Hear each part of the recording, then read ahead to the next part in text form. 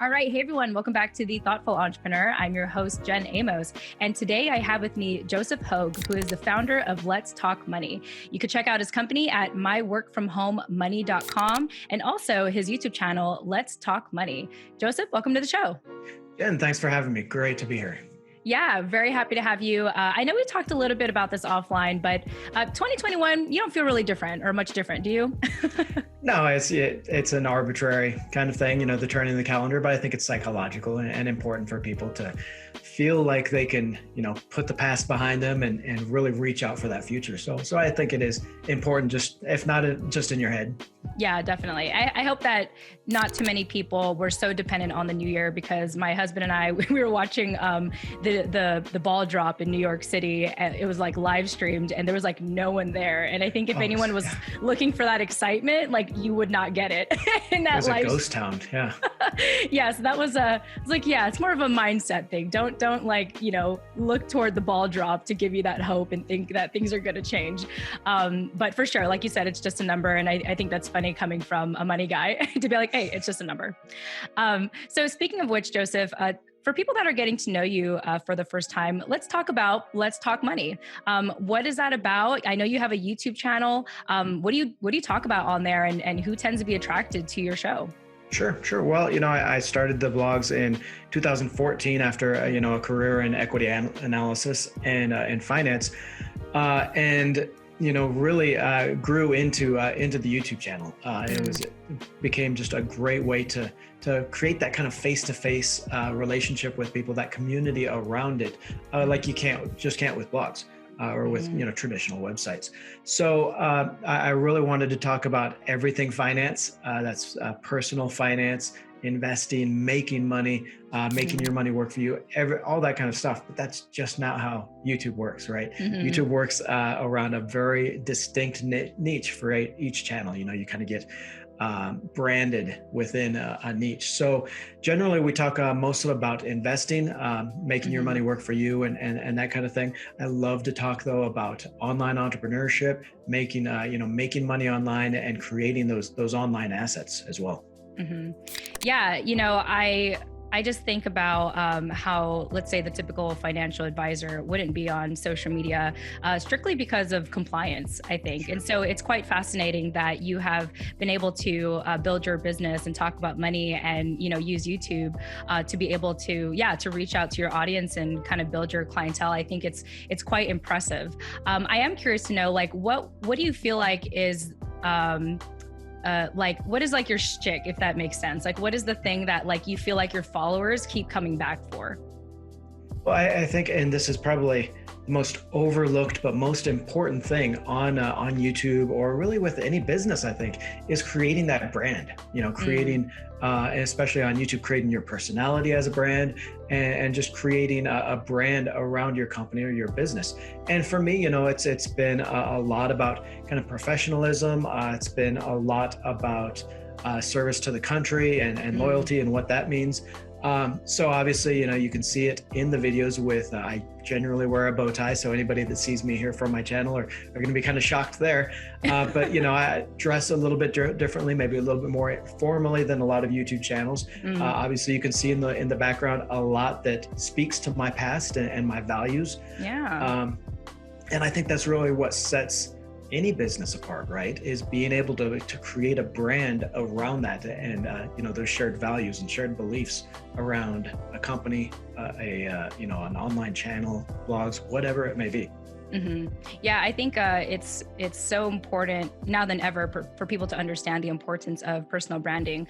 I heard a guru said it so wisely. He said you already have a brand. You're just not in control of it. Like people already perceive you a certain way. So you might as well claim your narrative or claim your brand and show people like how you want to be seen, how you want to be perceived. And I know for me, when the pandemic started, I had to start working on my background and kind of adding stuff back there. Cause I was like, oh, people are going to look behind me and they're going to talk about what's behind me or what's not behind me. And so even just looking at your background as well, I was like, oh, I can tell a lot about you already. And so, so you did mention that you talk a lot about online entrepreneurship. Is that kind of the advice you give as well, like how to create a personal brand? That's part of it, and that's obviously a big part of it. Mm-hmm. But really, outlining the different ways to create an online business, the different assets you can create, really everything from that creation, that business model, different business models, into branding, marketing, and really, sealing the deal with a sale. Yeah. So you mentioned on your website or on your YouTube channel that you talk a lot about investing and making your money work for you. I bet when I go on there, I'm going to just see an array of things. But I imagine that you may have started somewhere, like you may have started at a certain niche or a certain specialty. And what was that for you when you first started your YouTube channel? Sure. Well, actually, it was the opposite. Oh, yeah. Like I said, when I started the channel, I wanted to be really in those three topic or theme areas of finance. I wanted to be personal finance. I wanted to be investing and making money. So I did start with kind of a conglomerate of all three of those. And in fact, two of the first big video that hit was 7 credit score hacks. So, credit, personal finance. The next one was 7 side hustle ideas. And then pretty much everything after that has been investing related videos. So of course the channel has kind of evolved and grown into more a more deeper focus in investing rather than, some of those other topics. Yeah. Let's talk about, so you mentioned, investing has kind of been the main one as of late. What are some videos you would recommend right now to our listeners that, involve the topic around investing? Okay. Well, a lot of it goes into understanding the market, understanding the stock market mentality, and I've got a couple of those, especially during the live streams on Sunday. I actually do a live stream Sunday at 2 p.m. Eastern, where it just gives me a chance to be a little bit more informal with people and close, face-to-face, that kind of thing on live, right? And where I talk about, that market mentality. Why is the stock market going up when perhaps the economy isn't so hot right now, and how to build that into their portfolio, how to build that into their investing decisions.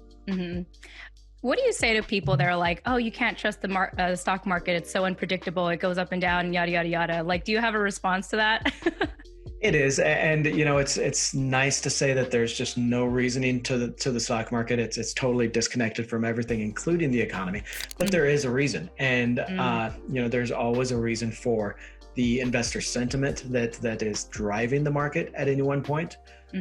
Right now, sure, we actually had the first, the last 2020 jobs report dropped today, and we actually lost something like 140,000 jobs in the U.S. First monthly loss since April. And you would think, just looking at that, okay, the economy is still in shambles. But the market is singularly focused on two things: stimulus and low rates. And for as long as those two items are, going to be supporting the market, are going to be assured, then people are going to have money to plow into those stocks and into Bitcoin. And with rates as low as they are, there's just nowhere else for the money to go. So, as long as that theme, that market narrative keeps going like that, that's the reason. And it really doesn't matter, how bad COVID cases get, how bad the economy gets, because people are going to be looking to that, going to have a little bit of extra cash in their pocket because they're not spending it. They're getting these extra stimulus checks, and savings rate is the highest it's been in decades, multi-decades. 13.6%. So they're not spending it, but they're putting it in stocks. They're putting it in Bitcoin and that. And, as long as that keeps going, then that market narrative is going to hold up. Yeah, I feel like I had a friend who really advocated for Bitcoin like years ago. I think, oh my gosh, like probably in 2014 or 15 when I started to first hear about it. And today, apparently, he was kind of rubbing it in my face, like how much money he's been making. And he's like, why haven't you jumped on this yet? And I was like, I don't know, man. Like, it's too volatile. Well, I don't know. It's because I am more than 3 years old. So I remember 2018, right? It's great to say, hey, and I get comments all the time on videos where I suggest a stock or suggest something, and people comment, just invest in Tesla, just invest in Bitcoin. That's all you need to do. Well, sure. That works until it doesn't. All momentum stocks work until they don't. And, Bitcoin, it crashed something like 68% from that 2018 peak. And it can happen again. And that's nothing to say about the long-term value or long-term upside to Bitcoin. But if you are investing just on the idea that Bitcoin never goes down, stocks Yeah. never go down, well, then that's not an investing strategy. That's just basically gambling on that continuing narrative. Yeah, absolutely. Just don't think that what comes up always comes down. So can we just all agree to that? Joseph, I think it's so incredible how you've grown this huge YouTube channel and followership on there. Tell me, I know you mentioned you also do live. I imagine you receive so many comments and feedback for your channel. What are maybe the most common, testimonials or feedback that you get from your followers? Really, with the market as it is this year, a lot of it has been people, thanking me, congratulating me for stock picks, because we do some stock picks on the channel. So, people point to, for example, Veritone, which I recommended back in April, and it's back up about 700% since then. So, stock picks like that get a lot of comments. But really just kind of the explanation in it. I see a lot of other YouTube channels, especially the investing channels, where the creator doesn't necessarily have that background in analysis, and so the extent of their analysis is really, hey, buy this, it's going up; buy that, it's going up as well. And you really don't get a sense of the professional quality in the analysis. So that's really what I've tried to kind of bring to the channel, and I get a lot of comments on that. Yeah, no, I think that's really incredible. And again, I'm just so impressed that you started in 2017. I feel like for a lot of people who didn't start YouTube in 2008, when it kind of, the early stages, like a lot of people feel like, oh, I'm behind, I like missed out, And so what do you want to say to people who like, it's 2021? And they're like, okay, like obviously I can't catch up to Joseph right now, but like, what advice do you want to share with people who do want to start a YouTube channel and hopefully, reach your caliber? Sure. Well, you could, yeah. I mean, in 2017, I am an infant still on the platform. There are people that have been there for decades and have built very large channels. There are also people that have been there for a while and really haven't done much. One of the mysteries about YouTube is how quickly you can grow. I know examples of channels that have started years after I have, 2018, 2019 even, and are beyond where I'm at, 300, 400,000, 500,000 subscribers. I will say, I've done very well with about 318,000 subscribers in those 3 years. So I'm happy, but never think that it's too late. There are channels of 60-year-olds, 70-year-olds. There are channels of, obviously many more channels with 15-year-old creators. But there are channels for all ages and made by all ages. In 2010, they were saying blogging was dead. They were saying podcasting and video was dead. They're always saying something is too late to start, and it's just not true. Yeah, for sure. I think it's like, as long as you're focused on giving value and really nurturing your community, like, I don't think it's ever too late to do anything, because everyone is looking for a sense of community, I think, especially now in these times, and especially in the digital space. And so it's great that your, channel has already been kind of propped for that. And so I can only imagine 2020, you were able to sort of ride that wave of like everyone resorting. Like, I think I heard a stat, like at the start of the pandemic, like more and more people started going on YouTube, to like keep themselves busy and what have you. So I could imagine that 2020 was a fairly decent year for you. It was just exponential growth. I did. The second year, it was 30. I was 100,000, almost 100,000 subscribers exactly. Wow. The next year, last year, it was 167,000 subscribers that I added. Wow. So yeah, it's still that exponential growth. And what I would tell everybody out there, that with 5G coming, with that Internet of Things coming, and that faster bandwidth, it's just going to keep on growing, right? People are going to be going to video even more, in the future. So don't think it's too late. It's the perfect time to start. Yeah, definitely. Joseph, before I pivot to my last question, is there anything else you want people to know about your YouTube channel, Let's Talk Money, or even your company, the website being myworkfromhomemoney.com? Really just, love to see you over there in the community. You could see me rock a bow tie in every video. But yeah, I just love that face-to-face connection that we get with YouTube. So, check out the channel, subscribe, let me know what you would like to see as far as videos. And yeah, I'd love to see you there. Yeah, I feel like I'm missing out on this bow tie thing. Do you have like a whole collection of different bow ties for like every episode? I do. I have about 5 shirts that I wear and about 5 bow ties. So it cycles. I love it. I love it. Hey, that's a great way to, that's definitely a personal brand. Like I honestly don't remember the last time I saw anyone like wear a bow tie or even just use it normally for that matter. So I'm looking forward to subscribing to your channel, just to see like, oh, how many bow ties does he have and what's he wearing today? Awesome, Joseph. Well, before we wrap up here, I am curious to know, is there anything else you want our listeners to know? Any advice you want to share with them? Typically, the people that listen to our show are small business owners and entrepreneurs. So yeah, anything you want to share with them before we get going here?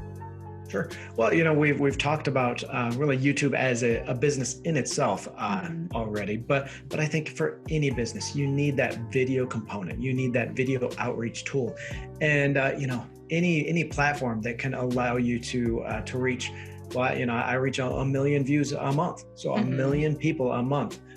With my videos, it's completely free to do. It takes, I do it professionally, obviously, so it takes longer, but you can spend 5 hours a week, even less, and still reach hundreds of thousands, if not more, customers.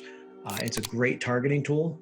So yeah, even if you don't want to use YouTube as an asset in itself, which it can be. I mean, I made $117,000 in the ads alone last year, not including affiliates, sponsorships, everything else. Yeah. But even if you just want to use it as an outreach tool for your business, it is the perfect tool to add. We didn't even get into talking about the YouTube ads because my husband was telling me, he's like, oh yeah, it's like really cheap right now because like not a lot of people are using it or what have you. A lot of people don't want to be on camera, so that's really great to hear that, your show wasn't just about putting a video out every day. You actually really use the whole system, including the YouTube ad platform. Well, no, that's, I'm talking through monetization. So the ads that YouTube puts on, on my channel. I also do use it. I use the ads as well to promote my own, my channel as well. But primarily it's being able to monetize YouTube. So it's actually a profit center in itself, not just that outreach tool.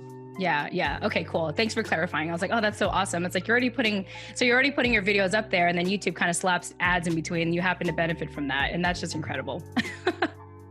Awesome. Well, Joseph, wow, I really enjoyed our conversation today. I want to thank you again for joining us on The Thoughtful Entrepreneur. And, also welcome to the Up My Influence family. Thank you. Yeah. And again, to our listeners, this is Joseph Hogue, who is the founder of Let's Talk Money YouTube channel, Let's Talk Money. And if you want to learn more about him, you can check out his website at myworkfromhomemoney.com. Thank you all so much for joining us, and we'll chat with you in the next episode. Tune in next time. Thanks, Jen.